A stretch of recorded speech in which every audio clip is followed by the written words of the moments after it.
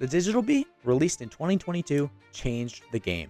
Its main ability was corruption, which would glitch the field out and allow tokens to be duplicated, meaning you can now get double bear morphs and pick and choose when you wanted to use certain tokens, which would have their pollen multiplied. These two things were already crazy for boosting, but on top of that was one more token, the smiley. Combined with the lineup, this token would collect never before seen amounts of pollen all at once. The only problem?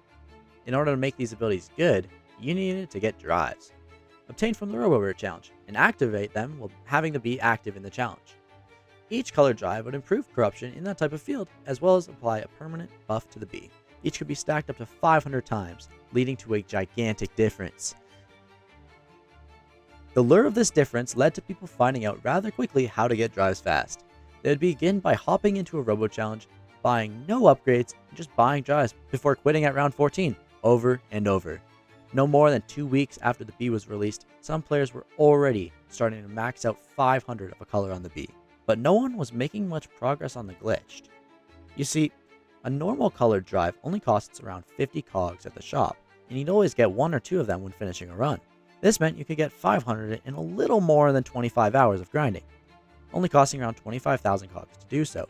But the glitch drives, on the other hand, they cost 5 of each drive plus 100 cogs.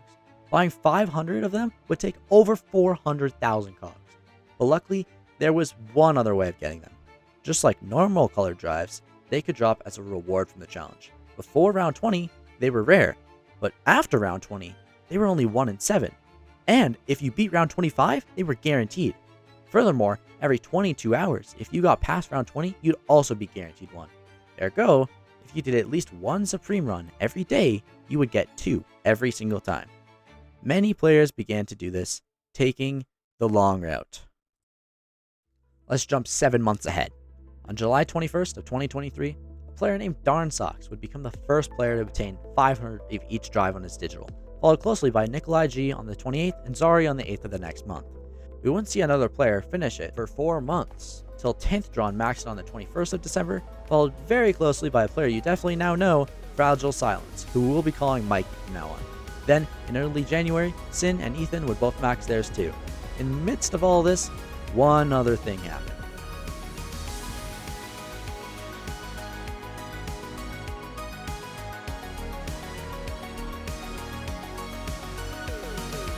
That's right, on it had been brewing an update.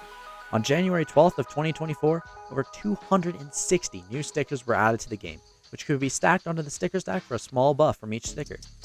When all of them were stacked, all these tiny little buffs would add up to a pretty big buff. One of the other main features of the update was trading. Not only would this allow you to get all the stickers, some of which were very rare or even unobtainable at this point, but trading also included bee quips. Before this update, you had to get every one of your bee quips by yourself. Some of them, like this whistle with melody for instance, were incredibly rare, and even the best players didn't have one after years of bee quips being out, despite trying and trying. The reason why this is so important is that in the endgame of Bee Swarm, every little stat matters, and every little ability matters. And having good bee quips is one of the most important things in a hive build, because they allow you to min-max these stats. Trading allowed for players to get better bee quips than ever before, and players could tell the difference. With players starting to max out digital, on it coming back and dropping a banger sticker update, and people being able to buy better bee quips than ever before, the stage was set. This is the Honeymaking revolution.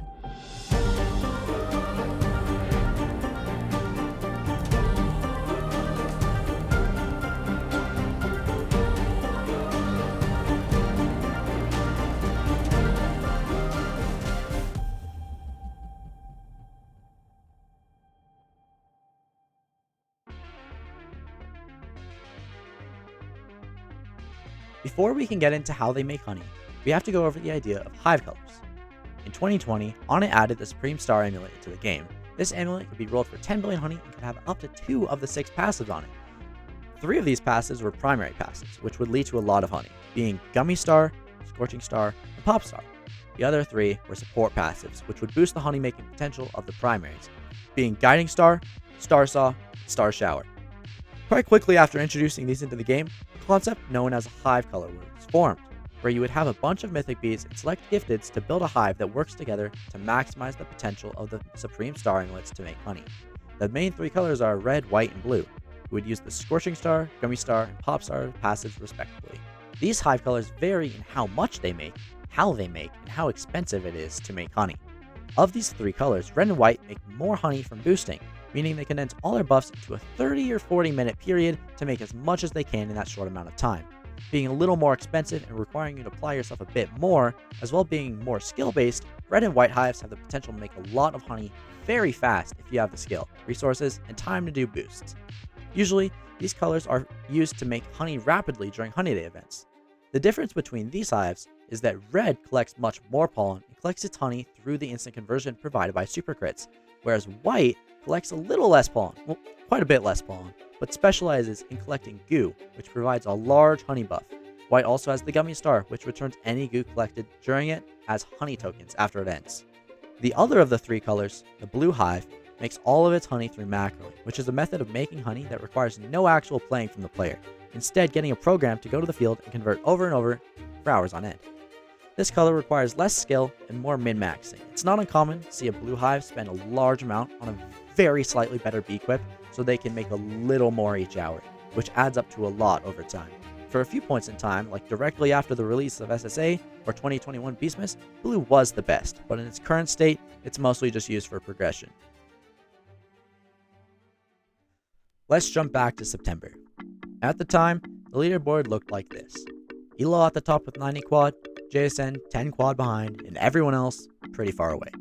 The summer months tend to be slower for Beastform because most people only really play or make honey during Beastmas. This year was no different. All the way back in April, Elo had quit the game. Same with JSN. Despite having recently maxed his digital, Garnsox wasn't really making any honey either. 1 month later, still no change. Another month and still nothing. It would take till December before we saw any real change in honey. Over the course of that month, we'd see two players start to jump up in honey. Sin and Mikey. Sin made 26 quad, jumping from 9th to 4th, and Mikey made 25 quad, jumping from 5th to 2nd. Given that basically no one else had any honey this month, and there was no event going on, it's easy to see what Sin and Mikey were trying to do. For the past 3 years, Elo had been the #1 player, numero uno. He had initially climbed up the ranks very quick, utilizing better boosts than anyone else. Then he had went blue and macroed, occasionally switching to white for honey days whenever they happened. So now we're in December 2023, and Elo finally has competition. With Sin and Mikey jumping up so fast on honey, Elo decided to do some boosts and become the first person to hit 100 quad before they could. And near the end of that month, he would, but just 2 months later, he was back under 100 quad. What had happened? Well, I introduced to you the RBC boost. Inside of the RoboBear challenge, you can buy upgrades, gradually getting better the more you buy and multiplying your stats more and more. By the end of the challenge, you could have 4 times white pollen, 2 times crit power, 2.5 bee gather pollen, or many other buffs. All these together would create the ability to get insane lineups and make a lot of honey very easily. Knowing this when creating the challenge, Onnit made sure that any honey made during an RBC round would not be given to the player. He was successful in doing so, but he forgot about one very important step. At the time, any honey made in an RBC round would be counted by the leaderboard. This is why if you've ever done an RBC and you go to the all-time board, there's a discrepancy between what the board says and what your badge says. Since an RBC run will only end if you run out of time or complete the quests, players came up with the idea of stacking upgrades and picking some completely unrelated quests on a high round, then using those 5 minutes to boost to make as much honey on the leaderboard as possible. This was referred to as an RBC boost, and was exactly what Elo had done to reach 100 quad, making 15 quad over the course of a month in boosts like this. This was all well and good until the January 12th update. Along with stickers and trading, the leaderboards no longer included honey made during RBC, putting Elo back under 100 quad. But this wouldn't last long.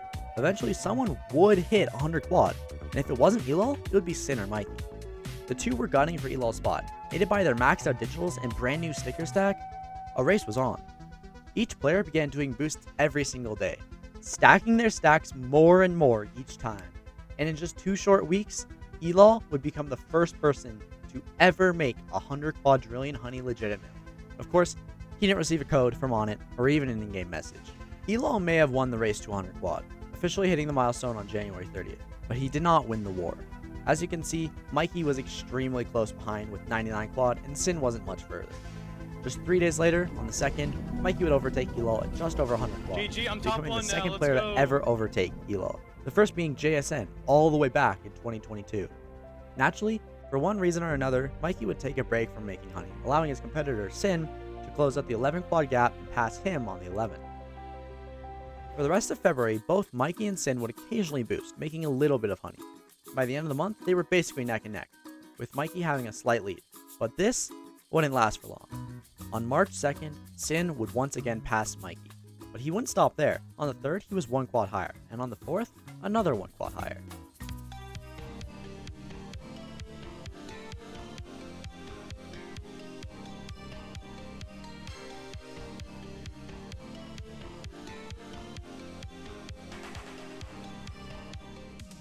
By the 23rd, Sin was at an astounding 132 quadrillion honey. Where was Mikey? Well, if we scroll down a little bit, this is his line. Mikey was down at 113 quad. How is Mikey ever going to catch up? Seriously, Sin was 20 quad ahead and showed no signs of slowing down. Was this the end? Was Sin the new Elol, destined to be number 1 for years to come? No. It was Beastworm's birthday. Every year, Honda would release a code for this occasion, usually including some field boosts and the Honey Day event. What we probably know from the past is that every time a Honey Day comes, there are some big changes on the leaderboard, and this one is certainly no different. Enter Mikey.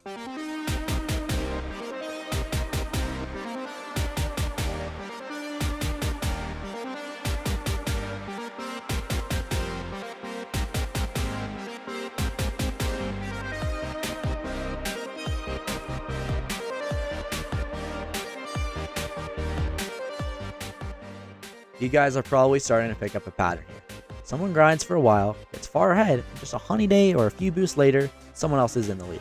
And that's exactly what happened here. Mikey is the 2x pollen buff from Honey Day and boosted most hours for 2 days straight, making more than a quadrillion from each boost. On day 1 of Honey Day, he would entirely make up the gap between him and Sin, making 23 quad in 1 day and setting a new world record for Honey made in 1 day, which would last a whopping 1 day, because the very next, Mikey would make 31 quad in 1 day. By the end of his Honey Day, Mikey would be back to number 1 all time, but on the 25th, Sin would finish his Honey Day too and retake the spot. Final Honey Day totals for the two came out to 56 quad for Mikey and 38 quad for Sin. After this, Sin would go to Spain and never play the game again. Mikey has 167 quad and Sin has 107 quad. He's left the game. Now we are in a place where it's extremely easy for Mikey to make it back to number 1, and that is exactly what does not happen. You guys ever seen one of those videos about the highest grossing movies of all time, and suddenly one movie just jumps up super fast and takes over the charts? Well, the richest player in Beastworm, Ethan O'Lodge, was determined to fly up a list of his own. So I present to you a graph made by Ethan.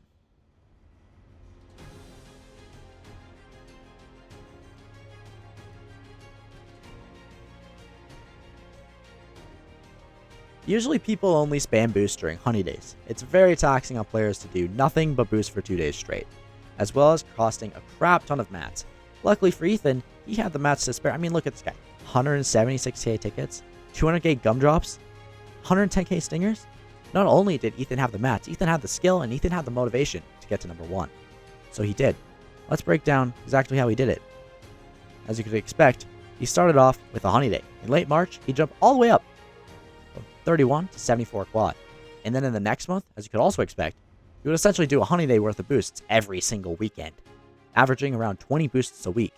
As you could see at the end of the graph, after a full month of boosting in April, Ethan was now number 1, passing Mikey on the 26th and becoming the first person to ever make 100 quad in a single month, just barely making the milestone in time. Jumping ahead to May 1st, things have slowed down. Ethan is in first with 171, Mikey is in second with 170, and Sin is in third with 167. And then everyone else, they're not catching up. After his month of boosting, Ethan has reached his goal of number 1 all time, so he's done with boosting for now. Mikey hasn't boosted for a while, and Sin has quit the game, so we're in a quiet time for the game again. So we'll have to jump all the way ahead until the 23rd for anything to happen. Almost out of nowhere, the news Beastworm was participating in the classic Roblox event would hit the community. Throughout May, we got more and more leaks, and then the update would hit the main game. The main feature of this update was the Retro Swarm Challenge, which has 0 effects on honeymaking. But there were a few different new things, which most definitely did. 1. In this update, Onnit added in 3 more mutations, affecting the bee's crit power, instant conversion, or move speed. the latter of which would be absolutely insane. Think about it this way. Any flowers inside a vector's triangle are collected from. Ergo, the bigger the triangle, the more pollen you get. One of the factors which plays into how big a triangle is how far the bee can fly, which is directly affected by its move speed. You'll see quite soon the lengths players will go to get these mutations. 2. Onnit decided to make Puppy Bee useful and buff Tabby Bee. Absolutely for free, all hives got a buff. Tabby Bee now gives extra crit power stats, and Puppy Bee now gives bee move speed and BGP. Buffing Smileys. 3. For whatever reason, Onnit decided to do the biggest rebalancing of all time. I can't go through the whole list because it would take 3 hours, but to sum it up, white got a decently sized buff, and then both red and blue got a very big buff. These 3 things taken together provided a huge buff and a good reason to get back into boosting. Typically, to get mutations, most players use bitter berries, which have a 1 in 100 chance to grant a random mutation to the bee when it's radioactive. The problem arises when the mutations that you need to get are very rare, specifically bee ability rate or move speed, which both have a 1 in 58 chance of being the mutation you get. This means that to get these mutations on a bee, you're looking at around 5,800 bitter berries, which is just too much considering you need this on like 30 mythics in 5 events. And then even then, if you do get the mutation, it might be low and you might have to get a new one that's higher, right? So what other way is there to get mutations? Well, the answer that most pro players came to was using royal jellies on mythic and mutation. This solution is good in that you can get a lot of mutations very fast, but there are 2 main downsides. 1. Each move speed bee costs upwards of 300 trillion. And 2.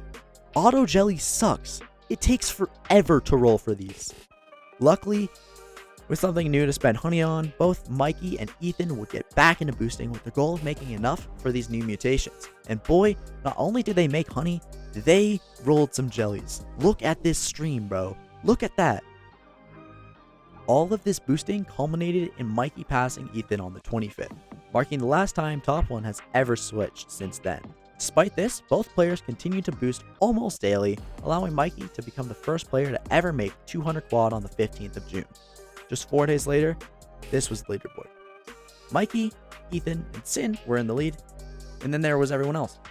For the rest of the month, everything was slow down, but little did they all know, the 3rd update of the year was in the works, and not too far away. This update, of course, was Beesmas 2024. For the first time ever, Beesmas was not coming out during Christmas time, and instead, in the middle of the summer. So, what was new this Beesmas? How would honeymaking be totally revolutionized? And how would the new features change the game forever? This Beesmas will go down in history for adding the least stuff ever. Not even kidding when I say the only lasting changes from this Beesmas was 13 limited time stickers to add to your stack. Despite the lack of new mechanics, Robo Party, Beesmas Lights, and Ornaments returned. With these things back, players could expect to make up to 2 times more per boost. On top of this, Beesmas means Honey Days. Usually there's one right at the start, and this one was no different. Now armed with Beesmas and more drive than ever, Mikey, Ethan, and the rest of the community would set off with the goal of making as much honey as possible. During this honey day, Mikey was able to average 3 to 4 quadrillion per boost. After a total of 36 hours of boosting, he would find himself at 310 quadrillion honey. Ethan didn't go quite as hard, only making around 25 quad during his honey day and finding himself at 213 quad. This is where the lead of Mikey begins to grow. In late game Bee Swarm, there really aren't that many things to spend your honey on. Some people might spend a week buying basic eggs, some people might spend 8 hours rolling SSA for slightly better stats, but the main thing to spend honey on in late game is bee levels. These levels get extremely expensive, extremely fast. Level 20 costs around 12 trillion per bee. Level 21, 365 trillion per bee. Level 22, 3.65 quadrillion per bee. And level 23, 73 quadrillion per bee. Now, one of these is obviously a little more than the rest. Some of the biggest milestones in late game are getting your hive to the next level, and these things get celebrated around the community. All the way back in January of 2021, Elol became the first to get a full level 20 hive. It then took until January 2023 for him to be the first to get level 21 hive. Well, on the 29th of July, Ethan would become the first person to get full level 22 hive. For reference, full 20 costs 555 T, full 21 costs 19 quad, and full 22 costs 182 quad. Mikey opted to get the level 23 digital instead. I'd bet that level 22 is probably the last level we ever get. Unless Onnit somehow updates the game enough for players to make 10 times what they're making now, level 23 Hive is just not going to happen. Before I quickly run through the rest of the events in Beastmas, there's one more thing I want to go over. Puppy Antlers and Festivary for a really long time were permanent bee equips. This meant they couldn't be caustic waxed, and thus there weren't any extremely rare abilities to roll on them. Then, when the sticker update came out, these bee equips could now be traded, so they lost their permanent bee equip tag. Along with this change, Onnit added a caustic only stat to the Puppy Antlers, Baby Love. 8 months after the update, there still wasn't a single pair in existence. But this would all change with one message. On August 14th, Elal sent a message to his server announcing that he wanted them. This quickly sparked a gambling pandemic across the community. Before long, not only did Elal have a pair, but Mikey did as well. Puppy Bee had gone from one of the worst bees in the game to one of the best. Unfortunately, this bee equip is extremely expensive, and there's probably only around 10 in existence. So now, Mikey has everything one could ask for. Movement speed vectors, perfect bee equips, baby love antlers, max digital, Beastmas buffs, and most of all, 2 more honey days to do. You all know by this point what a honey day consists of. Boosting. So let's just skip over them. By the end of Beastmas, this was the leaderboard. By this point, Mikey had literally doubled second place's honey. Oh, and look, Elal was back to number 2. Over the past year, he'd secretly been grinding glitch drives, and after maxing out his digital, he'd do 2 honey days and would make a comeback. Beastmas can't last forever though, and like all things, it must come to an end. On the 28th of October, Bee-Bear would say his goodbyes and Bee-Swarm would start to die down for the year. Since Beastmas ended, the game has reached 3 billion visits. Name has become number 2, and we've even gotten a new honey day code, which put Mikey up to 600 quad. Looking at the present day board, it looks like Mikey will be number 1 for maybe just a little while longer. So, 2024 has been a crazy year for Bee-Swarm. In the start, it was a race to 100 quad, and in the end, it's a battle for number 2. On the board, truly, there is Mikey, and then there's everyone else. Thanks for watching.